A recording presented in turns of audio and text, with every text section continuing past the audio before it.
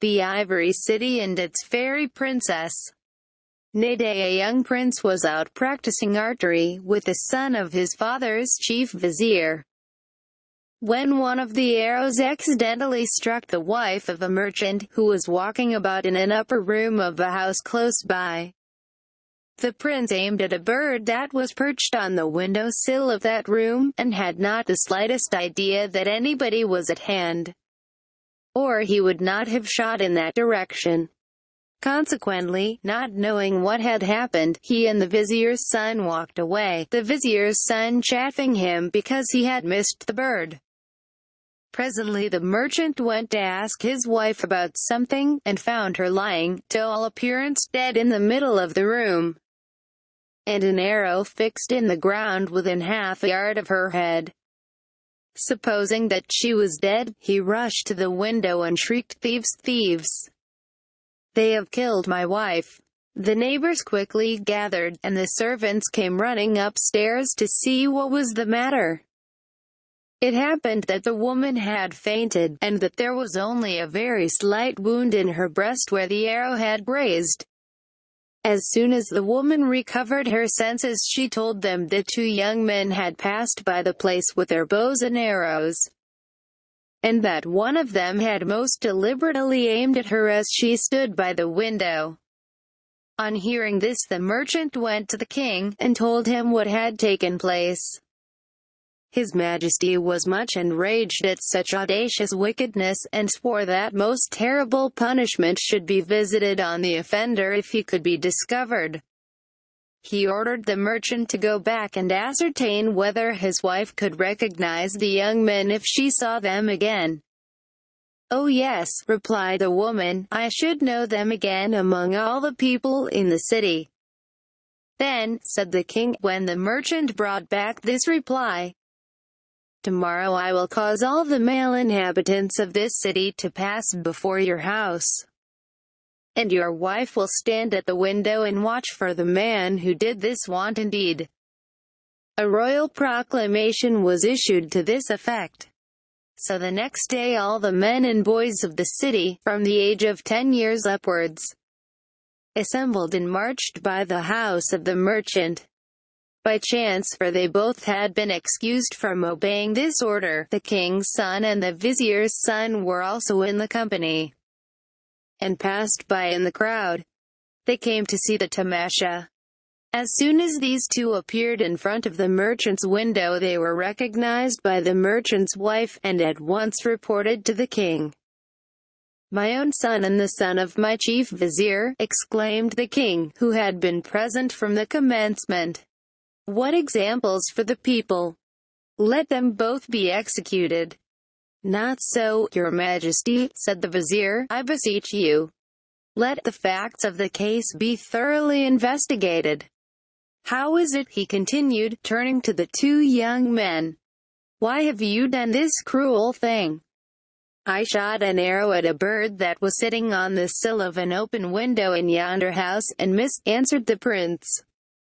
"I suppose the arrow struck the merchant's wife. Had I known that she or anybody had been near, I should not have shot in that direction." "We will speak of this later on," said the king, on hearing this answer. "Dismiss the people. Their presence is no longer needed." In the evening his Majesty and the vizier had a long and earnest talk about their two sons. The king wished both of them to be executed, but the vizier suggested that the prince should be banished from the country. This was finally agreed to. Accordingly, on the following morning, a little company of soldiers escorted the prince out of the city. When they reached the last custom house, the vizier's son overtook them.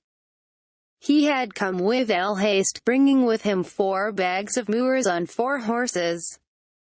"I am come," he said, throwing his arms round the prince's neck, "because I cannot let you go alone. We have lived together, we will be exiled together, and we will die together. Turn me not back, if you love me." "Consider," the prince answered, "what you are doing. All kinds of trial may be before me. Why should you leave your home and country to be with me?" "Because I love you," he said, "and shall never be happy without you." So the two friends walked along hand in hand as fast as they could to get out of the country. And behind them marched the soldiers and the horses with their valuable burdens. On reaching a place on the borders of the king's dominions, the prince gave the soldiers some gold, and ordered them to return. The soldiers took the money and left. They did not, however, go very far, but hid themselves behind rocks and stones, and waited till they were quite sure that the prince did not intend to come back. On and on the exiles walked till they arrived at a certain village, where they determined to spend the night under one of the big trees of the place. The prince made preparations for a fire, and arranged the few articles of bedding that they had with them, while the vizier's son went to the banya and the baker and the butcher to get something for their dinner. For some reason he was delayed. Perhaps the tsut was not quite ready, or the banya had not got all the spices prepared. After waiting half an hour, the prince became impatient, and rose up and walked about.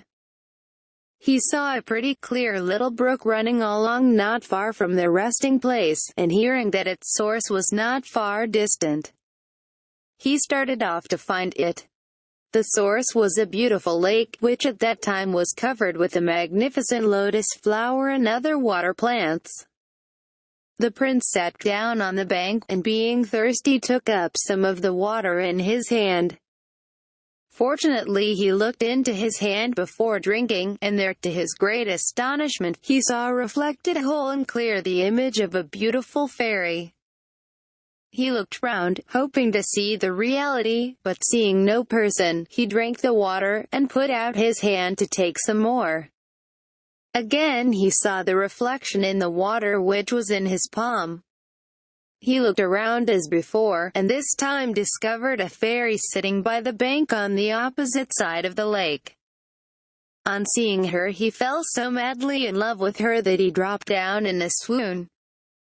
When the vizier's son returned, and found the fire lighted, the horses securely fastened, and the bags of moors lying all together in a heap, but no prince, he did not know what to think. He waited a little while, and then shouted, but not getting any reply, he got up and went to the brook. There he came across the footmarks of his friend. Seeing these, he went back at once for the money and the horses, and bringing them with him, he tracked the prince to the lake, where he found him lying to all appearance dead.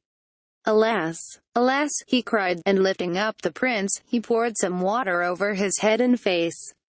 "Alas, my brother, what is this? Oh! Do not die and leave me thus. Speak, speak, I cannot bear this." In a few minutes the prince, revived by the water, opened his eyes, and looked about wildly. "Thank God!" exclaimed the vizier's son. "But what is the matter, brother?" "Go away," replied the prince. "I don't want to say anything to you, or to see you. Go away. Come, come, let us leave this place. Look, I have brought some food for you, and horses, and everything. Let us eat and depart." "Go alone," replied the prince. "Never," said the vizier's son. "What has happened to suddenly estrange you from me? A little while ago we were brethren, but now you detest the sight of me." "I have looked upon a fairy," the prince said. "But a moment I saw her face, for when she noticed that I was looking at her she covered her face with lotus petals. Oh, how beautiful she was! And while I gazed she took out of her bosom an ivory box, and held it up to me. Then I fainted. Oh, if you can get me that fairy for my wife, I will go anywhere with you." "Oh, brother," said the vizier's son, "you have indeed seen a fairy. She is a fairy of the fairies. This is none other than Julieser of the Ivory City. I know this from the signs that she gave you. From her covering her face with lotus petals I learn her name, and from her showing you the ivory box I learn where she lives.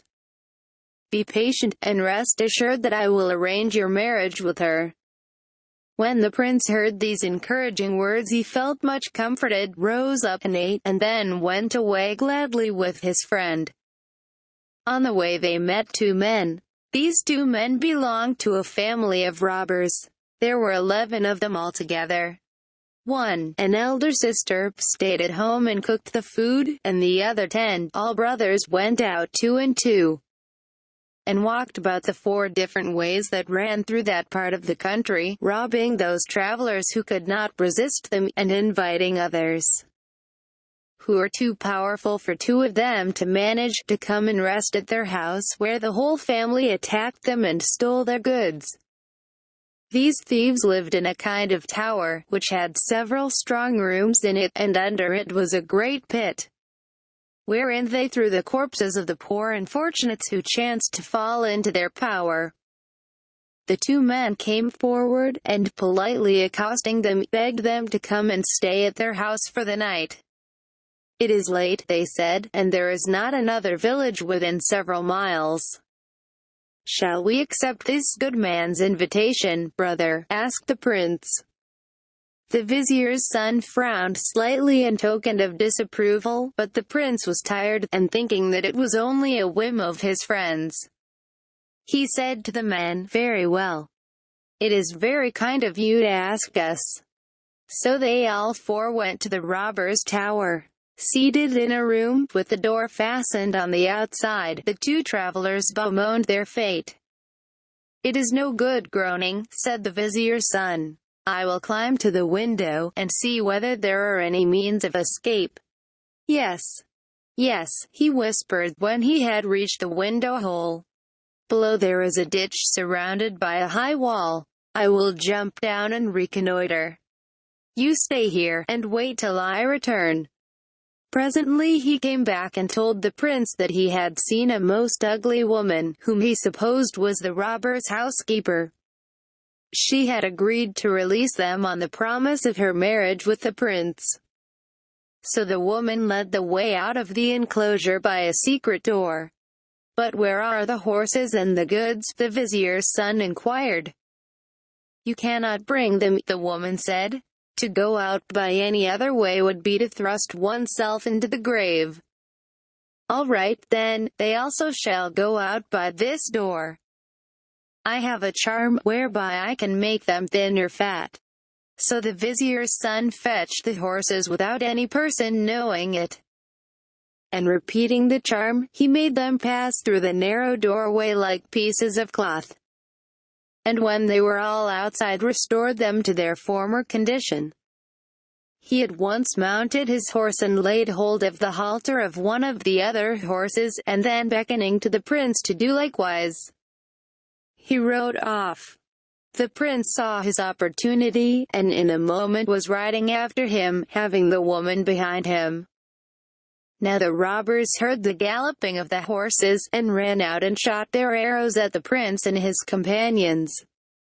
And one of the arrows killed the woman, so they had to leave her behind. On they rode, until they reached a village where they stayed the night. The following morning they were off again, and asked for Ivory city from every passer-by. At length they came to this famous city, and put up at a little hut that belonged to an old woman, from whom they feared no harm, and with whom, therefore, they could abide in peace and comfort. At first the old woman did not like the idea of these travelers staying in her house, but the sight of a moor, which the prince dropped in the bottom of a cup in which she had given him water, and a present of another moor from the vizier's son, quickly made her change her mind. She agreed to let them stay there for a few days. As soon as her work was over, the old woman came and sat down with her lodgers. The vizier's son pretended to be utterly ignorant of the place and people. "Has this city a name?" he asked the old woman. "Of course it has, you stupid.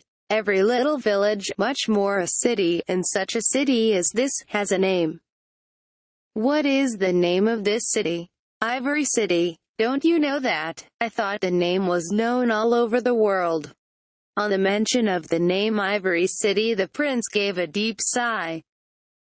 The vizier's son looked as much as to say, "Keep quiet, or you'll discover the secret." "Is there a king of this country?" continued the vizier's son. "Of course there is, and a queen, and a princess." "What are their names?" "The name of the princess is Juliezer, and the name of the queen." The vizier's son interrupted the old woman by turning to look at the prince, who was staring like a madman. "Yes," he said to him afterwards, "we are in the right country. We shall see the beautiful princess." One morning the two travelers noticed the old woman's most careful toilette. How careful she was in the arrangement of her hair and the set of her kasaba inputs. "Who is coming?" said the vizier's son. "Nobody," the old woman replied. "Then where are you going?"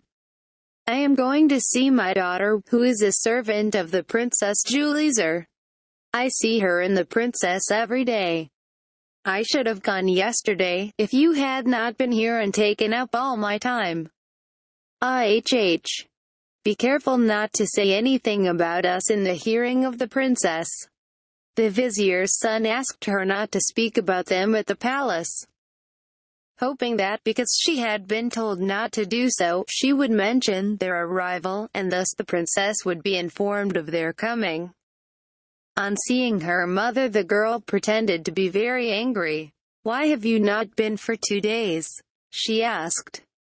"Because, my dear," the old woman answered, "2 young travelers, a prince and the son of some great vizier, have taken up their abode in my hut, and demand so much of my attention.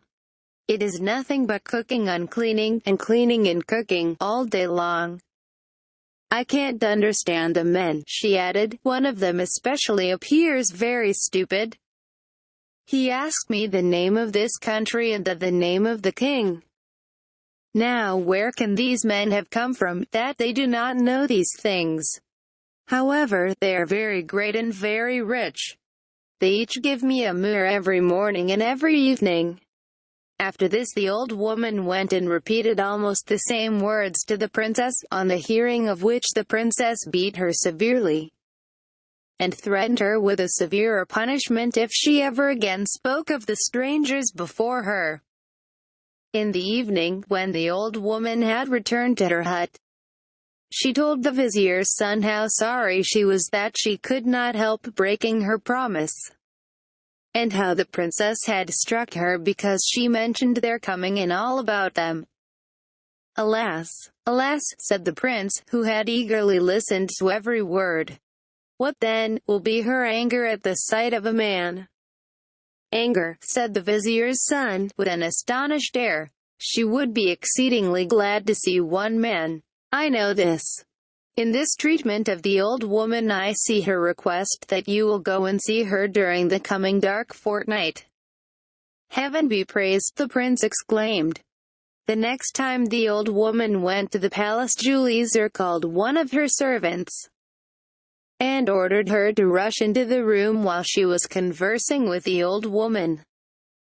And if the old woman asked what was the matter, she was to say that the king's elephants had gone mad, and were rushing about the city and bazaar in every direction, and destroying everything in their way. The servant obeyed, and the old woman, fearing lest the elephants should go and push down her hut and kill the prince and his friend, begged the princess to let her depart. Now Juliezer had obtained a charmed swing that landed whoever sat on it at the place wherever they wished to be. "Get the swing," she said to one of the servants standing by. When it was brought, she bade the old woman step into it and desire to be at home. The old woman did so, and was at once carried through the air quickly and safely to her hut, where she found her 2 lodgers safe and sound. "Oh," she cried, "I thought that both of you would be killed by this time. The royal elephants have got loose and are running about wildly. When I heard this I was anxious about you, so the princess gave me this charmed swing to return in.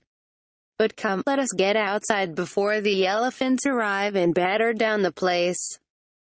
"Don't believe this," said the vizier's son. "It is a mere hoax. They have been playing tricks with you." You will soon have your heart's desire," he whispered aside to the prince. "These things are signs." 2 days of the dark fortnight had elapsed, when the prince and the vizier's son seated themselves in the swing, and wished themselves within the grounds of the palace. In a moment they were there, and there too was the object of their search standing by one of the palace gates, and longing to see the prince quite as much as he was longing to see her. "Oh, what a happy meeting it was!" at last said Julizer. "I have seen my beloved, my husband." "A thousand thanks to heaven for bringing me to you," said the prince. Then the prince and Julizer betrothed themselves to one another and parted, the one for the hut and the other for the palace, both of them feeling happier than they had ever been before. Henceforth the prince visited Julizer every day and returned to the hut every night. One morning Julizer begged him to stay with her always. She was constantly afraid of some evil happening to him. Perhaps robbers would slay him, or sickness attack him, and then she would be deprived of him. She could not live without seeing him. The prince showed her that there was no real cause for fear, and said that he felt he ought to return to his friend at night, because he had left his home and country and risked his life for him, and moreover, if it had not been for his friend's help he would never have met with her. Julizer for the time assented, but she determined in her heart to get rid of the vizier's son as soon as possible. A few days after this conversation she ordered one of her maids to make a pila. She gave special directions that a certain poison was to be mixed into it while cooking, and as soon as it was ready the cover was to be placed on the saucepan, so that the poisonous steam might not escape. When the pila was ready she sent it at once by the hand of a servant to the vizier's son with this message: "Julizer, the princess, sends you an offering in the name of her dead uncle." On receiving the present the vizier's son thought that the prince had spoken gratefully of him to the princess, and therefore she had thus remembered him. Accordingly he sent back his salam and expressions of thankfulness. When it was dinner time he took the saucepan of pila and went out to eat it by the stream. Taking off the lid, he threw it aside on the grass and then washed his hands. During the minute or so that he was performing these ablutions, the green grass under the cover of the saucepan turned quite yellow. He was astonished, and suspecting that there was poison in the pila, he took a little and threw it to some crows that were hopping about. The moment the crows ate what was thrown to them they fell down dead. "Heaven be praised," exclaimed the vizier's son, "who has preserved me from death at this time." On the return of the prince that evening the vizier's son was very reticent and depressed. The prince noticed this change in him, and asked what was the reason. "Is it because I am away so much at the palace?" The vizier's son saw that the prince had nothing to do with the sending of the pila, and therefore told him everything.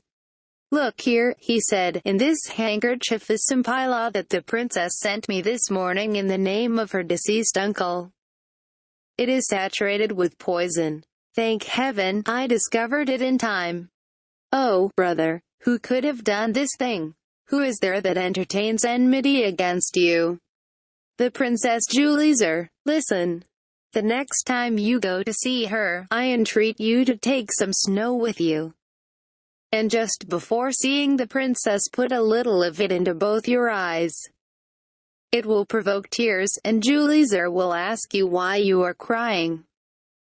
Tell her that you weep for the loss of your friend, who died suddenly this morning. Look. Take too this wine and this shovel, and when you have feigned intense grief at the death of your friend, bid the princess to drink a little of the wine. It is strong, and will immediately send her into a deep sleep.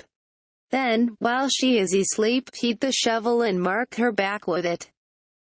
Remember to bring back the shovel again, and also to take her pearl necklace. This done, return. Now fear not to execute these instructions, because on the fulfillment of them depends your fortune and happiness. I will arrange that your marriage with the princess shall be accepted by the king, her father, and all the court."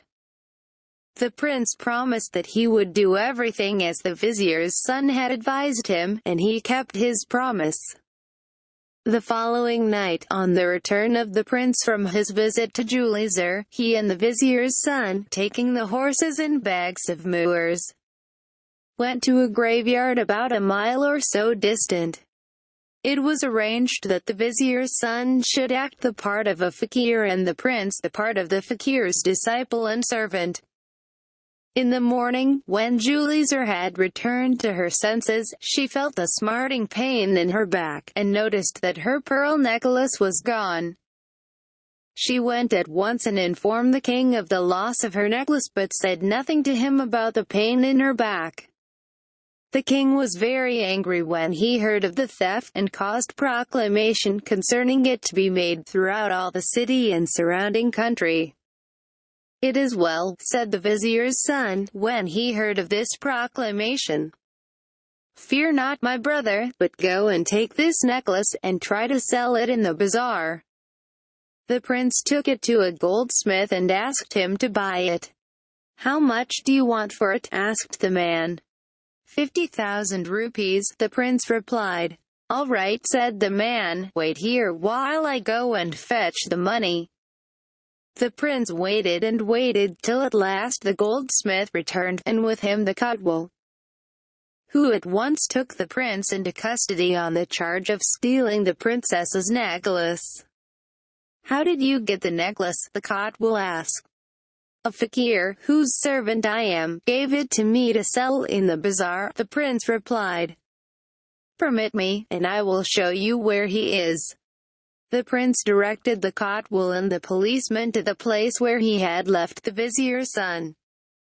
And there they found the fakir with his eyes shut and engaged in prayer. Presently, when he had finished his devotions, the Kotwal asked him to explain how he had obtained possession of the princess's necklace. "Call the king hither," he replied, "and then I will tell his majesty face to face." On this some men went to the king and told him what the fakir had said. His majesty came, and seeing the fakir so solemn and earnest in his devotions, he was afraid to rouse his anger, lest peradventure the displeasure of heaven should descend on him, and so he placed his hands together in the attitude of a supplicant, and asked, "How did you get my daughter's necklace?" "Last night," replied the fakir, "we were sitting here by this tomb worshipping Kuta, when a ghoul, dressed as a princess, came and exhumed a body that had been buried a few days ago, and began to eat it. On seeing this I was filled with anger, and beat her back with a shovel, which lay on the fire at the time.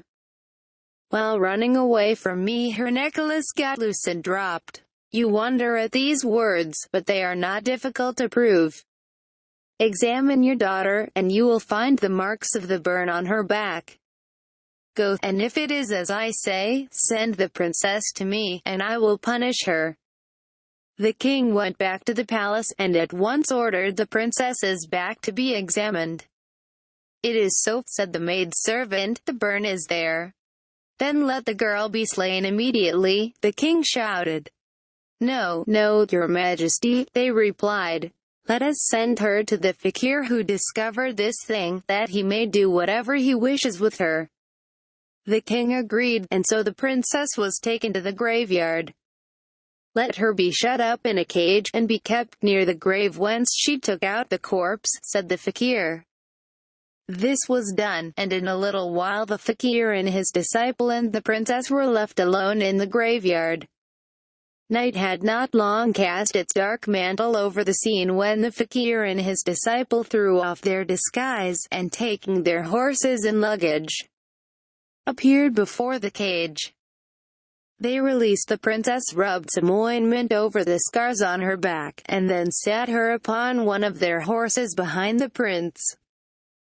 Away they rode fast and far, and by the morning were able to rest and talk over their plans in safety. The vizier's son showed the princess some of the poisoned pilaw that she had sent him, and asked whether she had repented of her ingratitude. The princess wept, and acknowledged that he was her greatest helper and friend. A letter was sent to the chief vizier telling him of all that had happened to the prince and the vizier's son since they had left their country. When the vizier read the letter, he went and informed the king. The king caused a reply to be sent to the two exiles, in which he ordered them not to return, but to send a letter to Julizar's father, and inform him of everything. Accordingly they did this. The prince wrote the letter at the vizier's son's dictation. On reading the letter, Julizar's father was much enraged with his viziers and other officials for not discovering the presence in his country of these illustrious visitors, as he was especially anxious to ingratiate himself in the favor of the prince and the vizier's son. He ordered the execution of some of the viziers on a certain date. "Come," he wrote back to the vizier's son, "and stay at the palace. And if the prince desires it, I will arrange for his marriage with Julizar as soon as possible." The prince and the vizier's son most gladly accepted the invitation, and received a right noble welcome from the king. The marriage soon took place, and then after a few weeks the king gave them presents of horses and elephants, and jewels and rich cloths, and bade them start for their own land, for he was sure that the king would now receive them. The night before they left, the viziers and others, whom the king intended to have executed as soon as his visitors had left, came and besought the vizier's son to plead for them, and promised that they each would give him a daughter in marriage. He agreed to do so, and succeeded in obtaining their pardon. Then the prince, with his beautiful bride Julizar, and the vizier's son, attended by a troop of soldiers, and a large number of camels and horses bearing very much treasure, left for their own land. In the midst of the way they passed the tower of the robbers, and with the help of the soldiers they razed it to the ground, slew all its inmates, and seized the treasure which they had been amassing there for several years. At length they reached their own country, and when the king saw his son's beautiful wife and his magnificent retinue, he was at once reconciled, and ordered him to enter the city and take up his abode there. Henceforth all was sunshine on the path of the prince. He became a great favorite, and in due time succeeded to the throne, and ruled the country for many, many years in peace and happiness. The